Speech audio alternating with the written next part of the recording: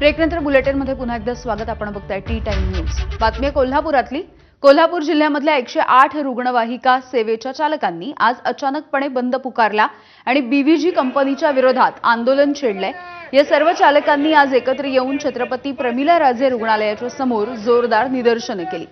रुग्णवाहिका चालक महेंद्र कुडाळकर यांना संसर्गजन्य आजाराच्या काळात कंपनीकडून आवश्यक आर्थिक आणि वैद्यकीय मदत दिली जात नसल्याचा आरोप करत चालकांनी हा बंद पुकारला. दरम्यान चालकांकडून करण्यात येणारे आरोप हे बीव्हीजी कंपनीने फेटाळून लावले आहेत. ना दवाखान्याचा खर्च किंवा वैद्यकीय चाचण्या करण्यासाठी खर्च कुठल्या कंपनीने दिलेला आहे हे सुद्धा आम्ही सर्व आमच्या जिल्ह्यातले डॉक्टर्स आणि ड्रायव्हर्स सगळ्यांनी मिळून कोण 1000 कोण 500 रुपये मिळून गोळा केले आणि त्यांचा वैद्यकीय खर्च आम्ही सर्वजण केलेला होता. तर दुपारच्या नंतर आम्ही संपूर्ण महाराष्ट्रामध्ये 36 जिल्ह्यामध्ये सर्व रुग्णवाहिका आम्ही बंद करणार आहोत आणि ह्याच्यावर कुठली जरी रुग्णांवर जीवितहानी झाली तर ह्याला सर्वस्वी शासन आणि कंपनी जबाबदार राहील.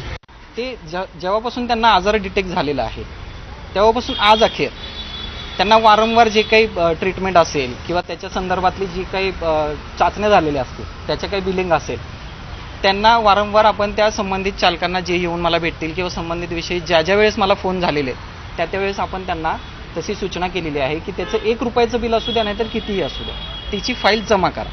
आज अखेर आपल्याकडे कोणतीही फाईल जमा झालेली नाही आहे. त्याचं रिएम्बर्समेंट कसं करणार?